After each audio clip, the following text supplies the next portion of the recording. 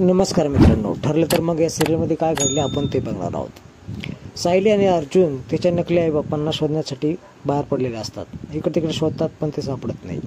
शेवटी त्यांचे आई वडील एका मंदिराबाहेर दिसतात, अगदी भिक्षुकाप्रमाणे। ही तर खरी त्यांचा डाव असतो। काही करून पैशासाठी आपण किती लाचार आहोत हे दाखवायचं होतं तिच्या नकली आई बापांना। सायली गाडीतून खाली उतरते आणि ते दोघांना गाडीत बसून घेऊन जाते। नागराज आलेला असतो सुभेदारांच्या घरी, इडली घेऊन आलेला असतो, पण तन्वीच्या डोक्यात लगेच येतो हा नागोबा काही सहजासहजी येणार नाही।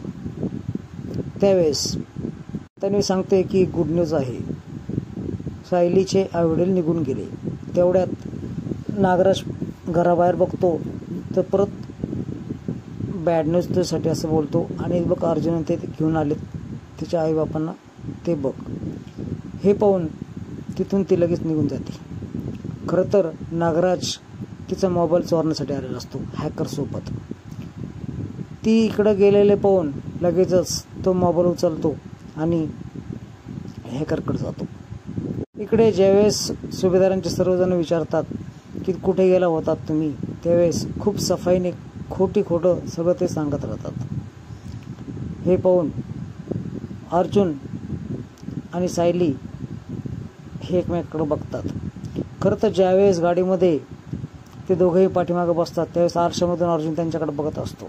ते दोघांना एकमेकांना खुनाखुनी करत असतात की बघ कशी फसलेत म्हणून, हे अर्जुन बघतो।